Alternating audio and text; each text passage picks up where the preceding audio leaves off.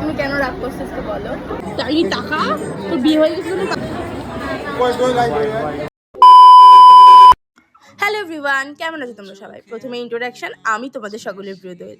আজকে হচ্ছে আমি রয়েছি মালদাতে, আর এটা হচ্ছে আমার ছোট পিসির বাড়ি।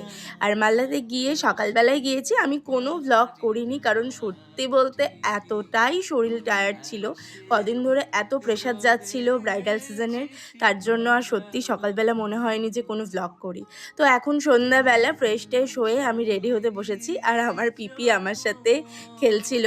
ওকে নিয়ে সারাটা দিন আমার কেটে গেছে ওর সাথে যুদ্ধ করতে করতে। আর এদিকে আমি অর্ধেক রেডি হয়ে ছোটো পিসিকে রেডি করতে বসিয়েছিলাম।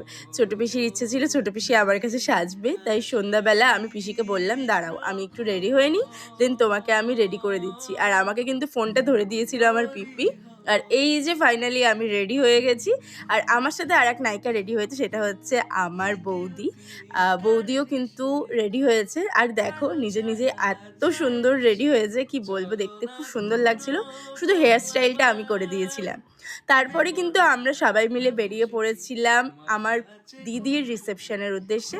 রিসেপশনটাও ছিল মালদাতে, তাই যেতে একটু লেট হয়েছিল, বাট ঠিক আছে, ওকে। তারপরে আমরা চলে গেছিলাম, কিন্তু শাড়ি পরে আমি তো ওর উপরে উঠতেই পারছিলাম না, একটু নিচু করে শাড়িটা পরা হয়ে গেছিলো। আর তারপরে গিয়ে সবার সাথে দেখা হয়ে গেছিলো। এটা হচ্ছে আমার আমার প্রচুর দাদা বৌদি, এর আগেও বলেছি তোমাদেরকে। আর এটা হচ্ছে আমার একটা দিদি, আমার নিজের পিসির মেয়ে। বহুদিন পর এসছে, ও আমাকে চিনতেই পারেনি। তো যাই হোক, আর এদিকে আর একজন কিন্তু রাগ করে রয়েছে, কারণ আমি গিয়ে তার বাড়িতে উঠিনি, সে জানতোই না যে আমি এখানে এসেছি। তো যাই হোক, বৌদি খুব রাগ করেছে। আর এই যে এটা হচ্ছে আমার আর একটা বৌদি, এসেই খেতে বসে গেছে।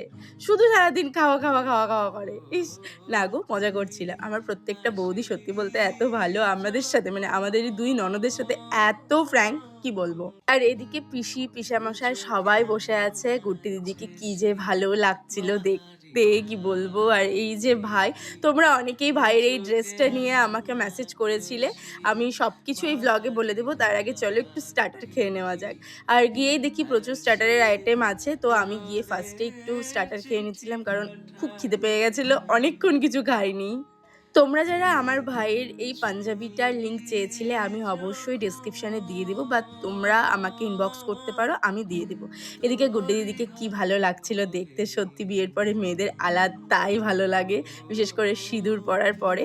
আর তোমরা যারা আমার শাড়ির লিঙ্ক চেয়েছিলে তারা অবশ্যই কমেন্ট করো, আমি অবশ্যই লিঙ্ক তোমাদের কমেন্টেই দিয়ে দেবো।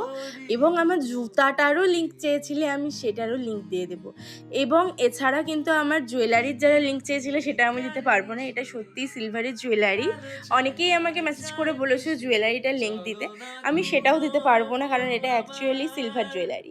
তারপরে তো যাই হোক, আমরা একটা ফ্যামিলি ফটো তুলছিলাম, আর এদিকে পিসিরা সবাই বসেছিল, সবাইকে ডাকছিলাম, আর এদিকে গুড্ডি দিদির সাথে আমি ছবি ভিডিও করছিলাম।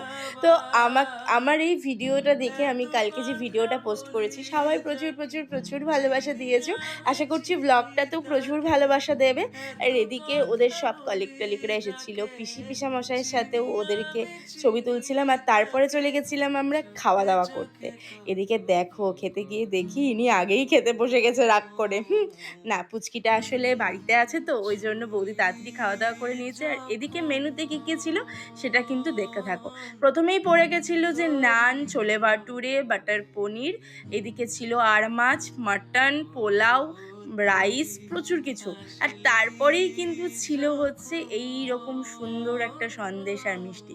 তারপরে বাড়ি আসার পথে একটু মন খারাপই করছিল যে আমি ওর বিয়েতে অ্যাটেন্ড করতে পারিনি, তাই জন্য একটু আমরা দুই বোনে মিলে একটু গলাগুলি করছিলাম। আর তারপরে কিন্তু আমরা আইসক্রিম খেয়ে সবাই মিলে আবার পিসি বাড়ি চলে আসলাম। আজকের ভিডিওটা কেমন লাগলো অবশ্যই জানিও, ভালো লাগলে কমেন্ট করে দিও, শেয়ার করে দিও। বাই।